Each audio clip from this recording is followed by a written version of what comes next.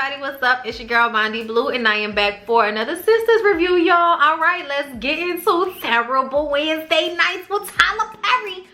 Shout out to Alex. All right, y'all, so Maurice gets dragged, okay, and I mean dragged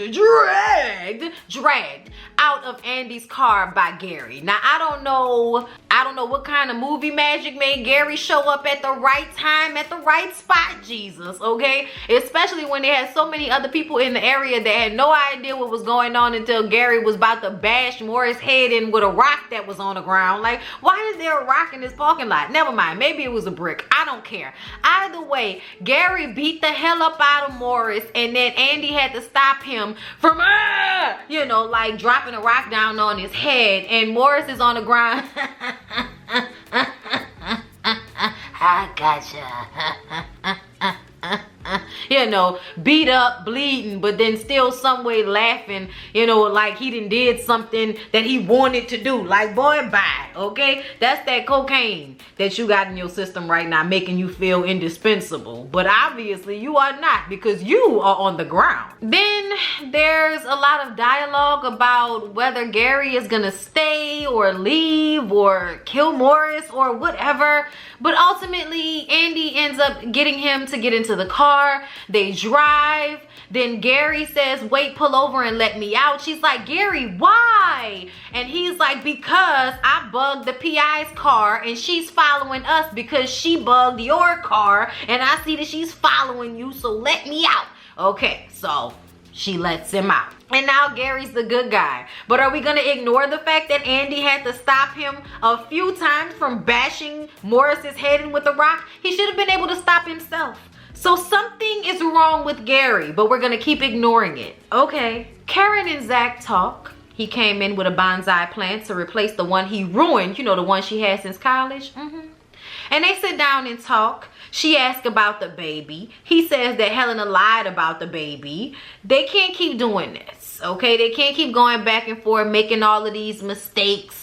And she doesn't think that she has anything to fix. She thinks that he's the one that needs to fix everything. She doesn't feel like she's done anything wrong. She says that she needs a man that can provide for her, okay? And she's not talking about money. She's talking about somebody that looks at her when she talks to them, somebody that's attentive to her feelings and her needs. And she feels like she's found that in Aaron. And he was like, you think you found that new boy? Yeah, you think you found that new boy? Like, look at all stupid and shit. Look at stupid. He looks stupid. She tells him to take his little checks that he thought he was gonna give her and find him a place to stay. Okay, he can sleep on the couch. She goes in her room and he like, so it's over, so that's it, so we ain't gonna get back together. Like, sir, just go to sleep.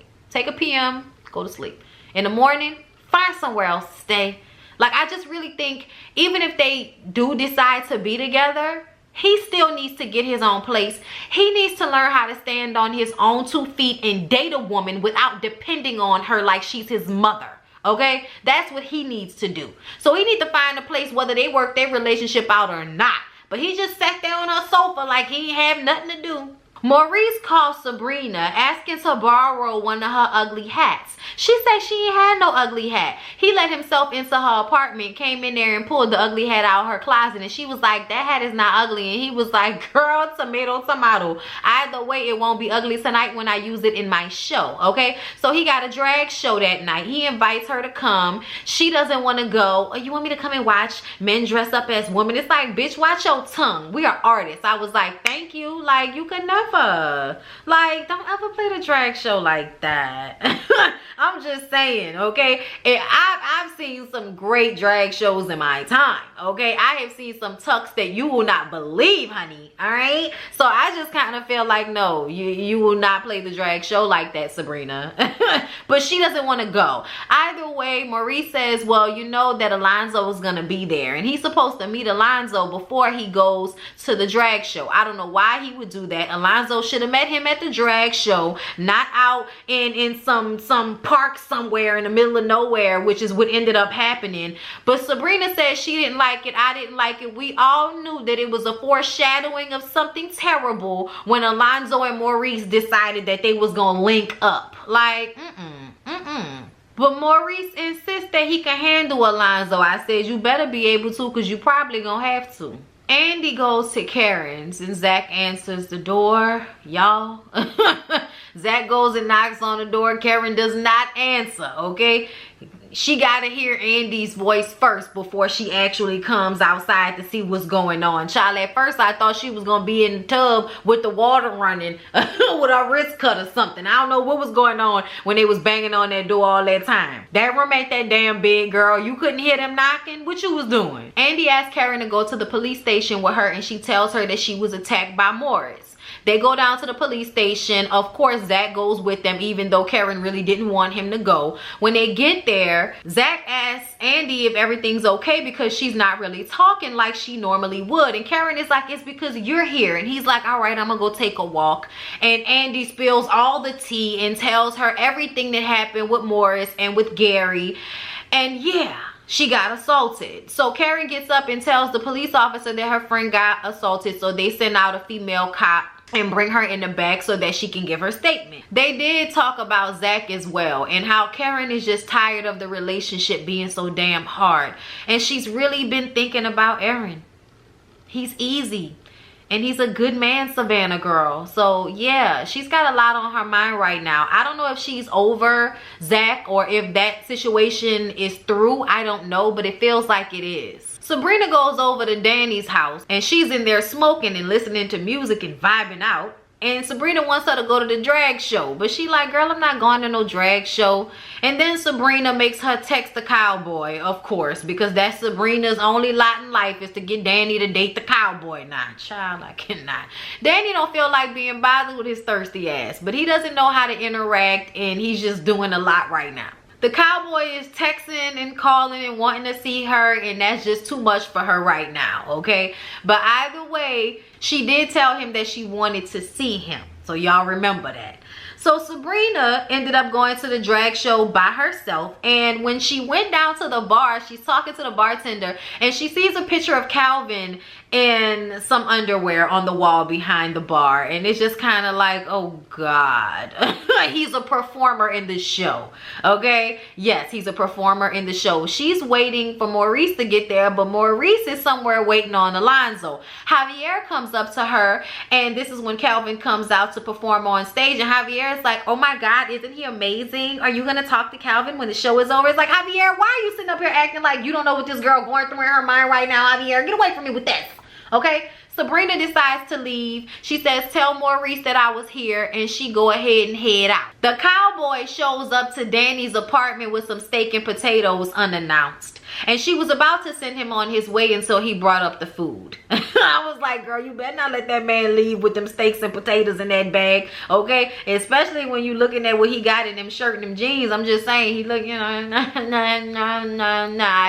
yeah, I'd ride it out, okay? Welcome to the rodeo. Let me see you bounce that, boo that, do that. She lets him in. And then she tells him that he needs to calm the hell down, okay? He's doing way too much calling and texting, and he can't ever show up to her house unannounced again because that is not cool. But she will let him get away with it this time, but he better cook with no clothes on. I said, girl, have you ever cooked a steak before? It be popping all over the place. You want him to get burns on his meat, like, you know, his meat? Like, I just like, no, but you know, put the apron on and protect yourself.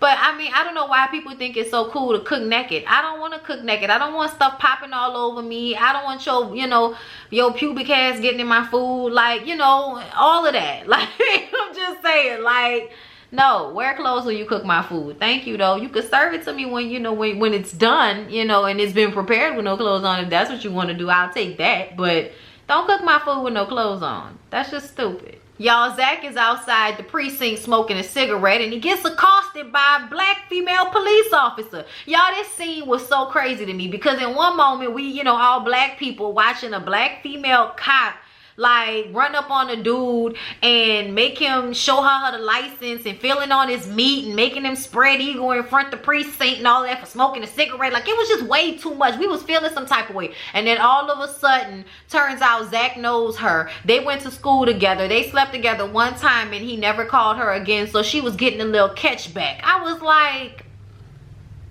Tyler, Tyler, don't do that. That's not cool. Okay, that's not cool at all. And then it was the way, you know, she looked at him like, and we had to like be like, wait, what the hell is going on? Like, yeah, I didn't like that. I didn't like that at all. I was like, yeah, no. Why did that have to happen? It just could have went down another way, and the scene just went on for too long. It became uncomfortable, and then it was this quick turn of emotion, and I was like, well that fizzled quickly. What happened? Like that had my head boggled. But this scene is what makes me think that it's over between Karen and Zack, because Zack now has someone to focus on, someone who's a police officer, someone who gave him her card after she finished filling up his meat.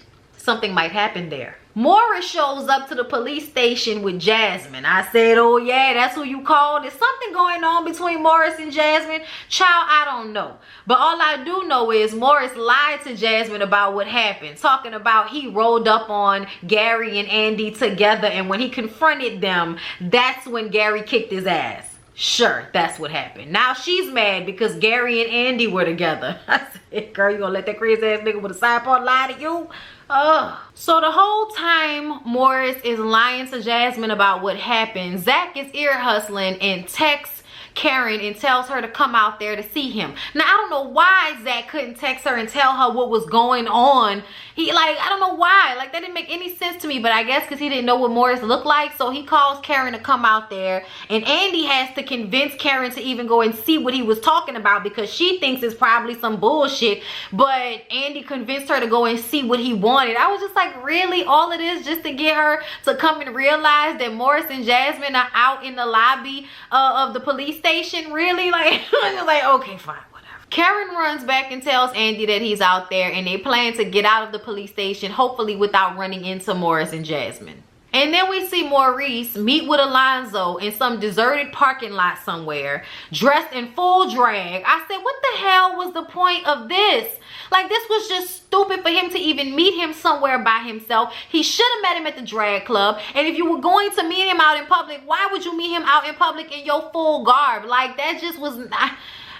it didn't feel safe. It didn't feel safe to me at all. It didn't seem like decisions that anybody would make if they was meeting somebody they didn't know that could possibly be a crazy nigga. But anyway, Alonso is a crazy nigga, okay? He done met up with him. All right, let him hit the guard and all that. Oh no, you can keep that, because see, you disgust me. People like you, y'all make us black men look bad. I said, don't nobody need representation of this. Like, I know that y'all trying to give us an after school special on crazy ass black men who are probably secretly gay, which is why they are so homophobic in the first damn place. There's some self-hate going on there, because I don't understand how you could ever hate another person that much that you ain't never met before. And I don't understand how, as a straight man, you could flirt with another man on the phone, also you could meet up with him so that you could beat him up. Like, sir, you're gay and you need to deal with that, Alonso. That's a problem, okay? That's probably why you can't keep still, and you feel the need to be impressing people with checks and all of that while you got a wife and all of that, because you are unhappy with yourself because you're not being real with who you are, Alonso. Alonso gonna end up in jail right where he wanna be, around a whole bunch of men. Y'all, Maurice was getting with Alonso. Maurice was trying to leave. Alonso kept grabbing his arm and they started fighting. And when you see Maurice fighting out the wig, I mean, the wig was coming off and Maurice was squared up throwing bows. I was hopeful, but I saw Alonso throwing knees and I was like, oh no, there was a knee throw. I don't know what's going on now. I don't know if Maurice is gonna make it out this fight. Either way, you done messed up your face for the drag show. This is stupid. Yeah, I was so mad. I was so mad that happened like that, because I'm like, why would he meet with him out there like in the middle of nowhere? Why would you trust that wasn't gonna go south? You know how crazy these Negroes are. Oh my God, these closeted men. Oh Lord, they need help. Anyway, y'all, because that's what I think of Alonso. I think, like, I don't know no regular straight person that be that upset unless you are sick. I'm just saying, like, people that's comfortable with their own stuff don't react like that. People that react like that are people who got stuff that's going on within themselves that they need to deal with, okay? But anyway, y'all, y'all. That was Sistas. Please don't forget to like, comment, and subscribe to my channel if you have not already. I love y'all so much.